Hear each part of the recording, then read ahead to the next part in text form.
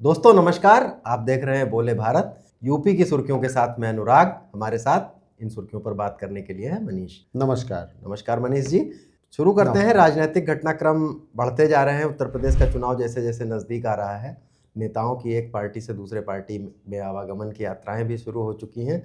तो इस बारे में कुछ सूचनाएं हैं कि समाजवादी पार्टी में 2 बड़े मुस्लिम नेता शामिल हो सकते हैं। तो इस खबर का बिस्मिल्लाह। हाँ, जाहिर तौर पर देखिए, नसीमुद्दीन सिद्दीकी जो कि अभी 15-20 दिन पहले ही उन्होंने कांग्रेस पार्टी से इस्तीफा दिया था 8 साल कांग्रेस में बिताने के बाद, और बहुत साल बसपा में बिताने के बहुत बाद। साल कैडर के नेता थे। अब उनके जीवन की तीसरी पार्टी का दौर उनके जीवन में शुरू हो रहा है समाजवादी पार्टी के साथ। वो 15 फरवरी को समाजवादी पार्टी ज्वाइन करेंगे, इसकी खबरें आ गई हैं। हालांकि अभी समाजवादी पार्टी की तरफ से या उनके ट्विटर हैंडल पे इस तरीके कोई सूचना देखने को नहीं मिली और इसके कयास लगाए जा रहे थे। हालांकि मिक्स्ड सिग्नल दे रहे थे वो कि बिल्कुल, इसमें भी जा सकता हूँ, उसमें भी जा सकता हूँ। हाँ। लेकिन सपा का पक्ष थोड़ा मजबूत शुरू से लग रहा था। बिल्कुल। हालांकि अभी उन्होंने कोई आधिकारिक बात सपा ने नहीं कही है, लेकिन कुछ मीडिया में खबरें आ रही हैं। उन्होंने कहा है कि आज जुमे की नमाज पढ़ूंगा और उसके बाद बता दूंगा कि कहाँ जा रहा है। हाँ, और दूसरे नेता फूल बाबू के बारे में भी है। एक समय बसपा में अच्छे कद्दावर मंत्री रहे, चर्चित रहे थे। पीलीभीत के हैं ये। बिल्कुल, ये भी समाजवादी पार्टी में शामिल हो रहे हैं। माइनॉरिटी डिपार्टमेंट के ये मिनिस्टर थे मायावती की सरकार में। बिल्कुल। और ये 15 फरवरी को ज्वाइन करेंगे। अखिलेश यादव के साथ इनकी तस्वीर भी सामने आ गई है। तस्वीर सामने आ गई है। तो अब एक एक करके नेताओं को अखिलेश यादव जमा कर रहे हैं, जिससे कि विधानसभा के चुनाव में उनको मजबूती मिल सके। और एक चीज और भी है अनुराग, थोड़ा सा ट्रैक चेंज भी किया है अखिलेश यादव ने। आप 15-20 दिन पहले के उनके बयान उठा के देख लीजिए, तो SIR के सहारे या बंगाल के मामले को लेकर मुस्लिम शब्द इस्तेमाल कर रहे हैं अखिलेश यादव अपनी बातचीत में ज्यादा। हाँ, पहले अल्पसंख्यक जो कहा करते थे या नहीं कहा करते थे। पीडीए को भी जब वो एक्सप्लेन करते थे तो उसमें ए फॉर अल्पसंख्यक ही होता था। बिल्कुल। लेकिन ये इधर मुस्लिम शब्द उन्होंने, हाँ, अभी वो सदन में भी बोल रहे थे तो उन्होंने कह रहे थे कि आपने हमारे एक मुसलमान नेता को मोहित खान वाले मामले में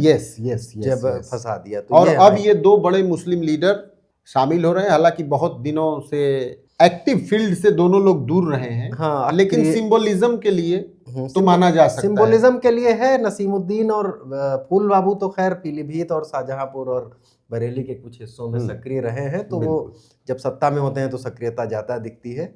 लेकिन सपा ने ये सिलसिला शुरू कर दिया है। मुझे एक चीज ध्यान आ गई अनुराग, 5 साल पहले के फरवरी के महीने की ही बात। इस समय ऐसे ही भगदड़ मची थी नेताओं की, और उस समय 3 विधायक और 1 मंत्री, जिसमें स्वामी प्रसाद मौर्य भी सब लोग अखिलेश यादव के साथ हर रोज एक नए नेता की फोटो आ रही थी। फरवरी 2022 में दारा सिंह चौहान आ गए। आज मौर्य जी। तो अब फिर से वो सिलसिला शुरू हो रहा है। और अब दूसरी तरफ भी ये सिलसिले शुरू होंगे, हो सकता है। तो ऐसी खबरें आएंगी। तो एक खबर यह है कि नई आबकारी नीति आएगी, अप्रैल से लागू हो जाएगी वो। और इससे माना जा रहा है कि शराब के दाम कुछ बढ़ेंगे, मतलब थोड़ी महंगी हो जाएगी। और देसी शराब के दाम हालांकि बढ़ने की बात इस बारे में सामने आ रही है, और यह है कि 10 से 30 रुपए तक महंगी हो सकती है। असल में अनुराग, नई आबकारी नीति को राज्य सरकार ने मंजूरी दे दी है। और चूंकि हर साल करीब 15-20% से ज्यादा राजस्व वसूली का टारगेट भी सरकार बढ़ा देती है, तो उसको इस कमाई के लिए अपने पॉलिसी में बदलाव लाजमी हो जाता है। सबसे बड़ा, बिल्कुल, राजस्व बटोरने का सबसे बड़ा साधन भी है ये। तो इसमें एक बात और भी है मनीष, की ये कहा गया है कि शहरी इलाकों में जो देसी शराब का कोटा है वो कुछ घटा दिया जाएगा। शहरी इलाकों में पीछे क्या उद्देश्य हो सकता है कि अंग्रेजी शराब ज्यादा बेची जाए? नहीं, देखिए, एक पहले तो दाम की बात कर ले। देसी शराब में जो 36% अल्कोहल वाली देसी शराब है, उसका 165 रुपए से 173 रुपए रेट हो जाएगा। हाँ, ठीक है। उसके बाद विदेशी शराब भी महंगी हो रही है। अंग्रेजी शराब जिसको बोलते हैं, वो भी 10 से 30 रुपए तक महंगी होगी। और जो इसकी समीक्षा जो आप चाह रहे हैं सुनना, तो अब आप देखिएगा कि कुछ समीक्षक इसको इस रूप में भी देखेंगे कि शहरों में चुनाव कहाँ होना है इस साल तो पंचायत के चुनाव होने हैं ना, तो शहरों में कोटा बढ़ा के क्या होगा? हाँ, जहाँ जरूरत है वहाँ उपलब्ध हो। तो लेकिन ये ठीक बात है कि यदि दुकानों का कोटा कम होगा तो कंजम्पशन कम होगा। हाँ, एक तरीका तो ये है ही है जो सरकार के हाथ में, जाहिर तो बल्कि तो फिर क्या ही किया जा सकता है। बिल्कुल, लाइसेंस फीस वगैरह भी नई आबकारी नीति में बढ़ाई जाती है, आवंटन के नियम बदले जाते हाँ, हैं, लेकिन ये सारी चीजें औपचारिक है। पिछली कुछ आबकारी नीतियों में ये भी देखा गया था कि शराब की दुकानें शहरों या क्या या ग्रामीण क्या बहुत पास पास और बहुत ज्यादा हो गई थी, तो कोटा घटाना या संख्या घटाना नहीं, देखिए, जब समाज में सरकार शराब पे रोक नहीं है तो एक ही दुकान पे गर्दन कटाएं लोग, इससे क्या फायदा। हाँ, ये बात तो ठीक है, लेकिन मतलब आप कुछ एक ऐसे चौराहे में आपको दिखा सकता हूँ जहाँ मतलब 500 मीटर के दुकानों में 4 बड़े बड़े स्टोर हैं,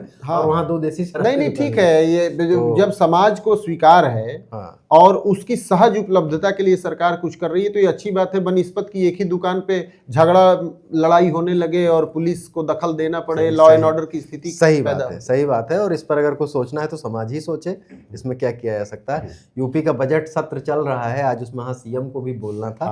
उसमें आज कुछ बड़ा विचित्र सा हुआ जब विधानसभा अध्यक्ष सतीश महाना भारतीय जनता पार्टी की एक विधायक पर भड़क गए। हुआ ये था कि प्रश्नकाल चल रहा था और सदस्य अपने सवाल पूछ रहे थे।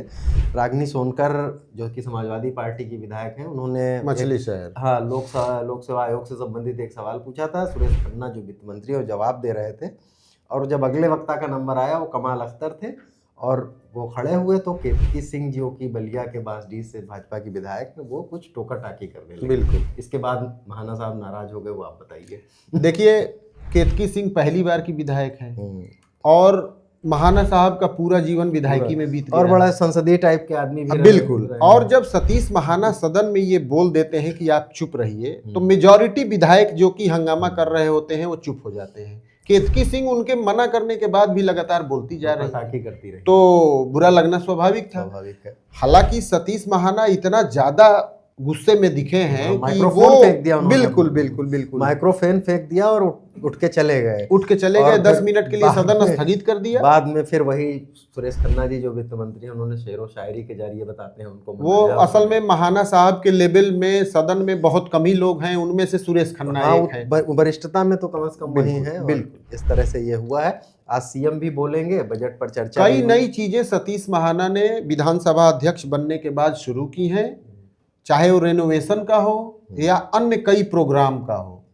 तो किसी एक नए नवेले विधायक के जरिए उनकी बात न मानना सदन में सार्वजनिक रूप से, जबकि पूरा देश लाइव टेलीकास्ट देख रहा है, ये भी अच्छी बात नहीं है। और केतकी सिंह बलिया में बहुत आंदोलन करती रही हैं, बहुत मुखर रही हैं, लेकिन हर जगह नहीं सटीक सड़क की राजनीति सदन में नहीं चलानी चाहिए। तो महाना साहब सीनियर आदमी हैं और हमेशा वो उनकी कार्यवाही में देखा गया है कि विपक्ष की बात भी वो बड़ा सुनते हैं। बिल्कुल। अगली खबर पर आते हैं।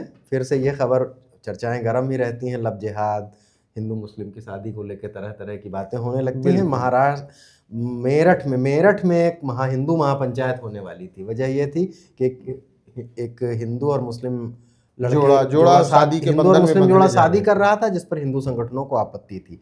अब ये हुआ है कि न शादी हो रही है, न महापंचायत होने दी है पुलिस ने। बिल्कुल, इसको थोड़ा सा, असल में आकांक्षा नाम की एक लड़की है जिसको हिंदू बताया गया कि शाहबाज नाम के आदमी से, जिसका शादी के कार्ड पर नाम सोहेल छपा था, उससे शादी हो रही है।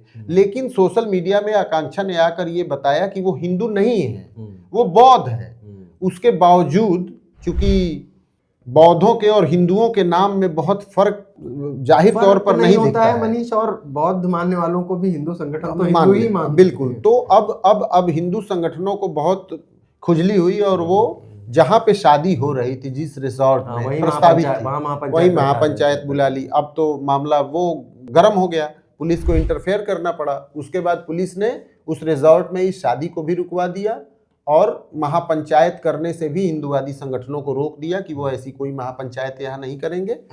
इसमें सबसे बड़ी बात यह है कि दोनों लोग बालिग हैं और लड़की ने कई प्लेटफॉर्म्स पे ये भी कहा है कि पुलिस उसकी मदद नहीं कर रही है।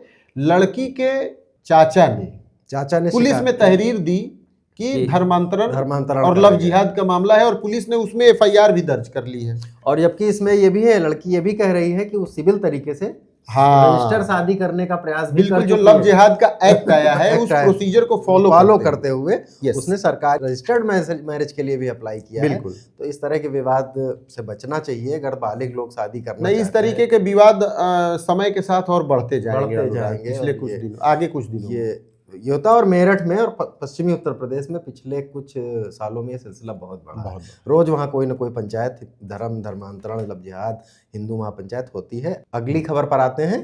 पंचायत चुनाव उत्तर प्रदेश में होने वाले हैं। ओम प्रकाश राजभर जो पंचायती राज मंत्री हैं बार बार कहते रहते हैं समय पे ही कराऊंगा, समय पे ही कराऊंगा, लेकिन अब ऐसा लग रहा है कि पंचायत चुनाव में कुछ डिले होगा। वजह यह है इसकी कि उत्तर प्रदेश के पिछड़ा वर्ग आयोग का कार्यकाल पिछले साल खत्म हो गया था। सरकार ने उसे बढ़ा दिया था 1 साल के लिए, लेकिन मोतीलाल यादव एक अधिवक्ता है, उन्होंने कहा कि बढ़े हुए कार्यकाल में पिछड़ा वर्ग आयोग के पास अधिकार नहीं है कि वो सर्वे करे और जातिगत आरक्षण तय करे। तो कोर्ट में सरकार ये याचिका गई तो कोर्ट में सरकार ने बिना किसी नानुकुर के मान लिया कि हम जल्द से जल्द गठित कर देंगे एक डेडिकेटेड पिछड़ा वर्ग आयोग और वो सर्वे करेगा, उसी सर्वे के बाद चुनाव होंगे। तो अभी आयोग गठित होगा, फिर वो सर्वे करेगा नए सिरे से, बिल्कुल, और इसमें समय लगेगा। सबकी समय सीमा तय है अनुराग कि जब आप आरक्षण करेंगे तब ऐसा नहीं कि आप लिस्ट पब्लिश कर देंगे, गजट कर देंगे, नहीं। आरक्षण जब आप तय करेंगे उसको पब्लिश करेंगे, उस पे आपत्तियां मांगेंगे, आपत्तियों की सुनवाई होगी, उनका निस्तारण होगा, उसके बाद फाइनल आरक्षण की लिस्ट आएगी और उस पे भी बड़े तमाम सारे आपत्तियां और विवाद बहुत ज्यादा होते हैं, उनका निपटारा एक मुश्किल काम होता है। बिल्कुल, तो ऐसा लग नहीं रहा है। अभी देखिए, अभी सर पे बोर्ड परीक्षा खड़ी है, उसको कराना है, उसके बाद SIR का मामला है जिसमें हाउस लिस्टिंग होनी है, वही ये सब करते कराते जैसे SIR खुद 1 महीना आगे बढ़ चुका है। बिल्कुल। तो इसके लिए आप पूरा सा जो सिस्टम है वो कहाँ से लाएंगे, लॉजिस्टिक कहाँ से लाएंगे? अब इसमें एक ही बात कहना चाहूंगा कि भले ही ठीक है कि मंत्री जी कह रहे हैं कि पंचायत चुनाव समय पे हो जाएंगे, लेकिन ओम प्रकाश राजभर दिल खोल के बोलने वाले नेताओं में गिने जाते हैं। ये तो है। तो वो दिल क्यों नहीं खोल रहे हैं, और ये अब उनकी अपनी कोई वैधानिक मजबूरी होगी, ऐसा माना दिल खोल के मुंह खोल के हर तरह से वो, लेकिन फिलहाल पंचायत चुनाव इस साल होते हुए नहीं दिख रहे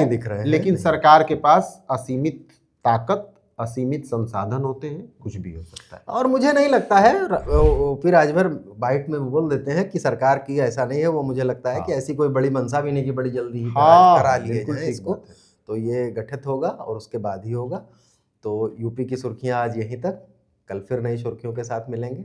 नमस्कार, धन्यवाद, देखते रहिए बोले भारत। नमस्कार।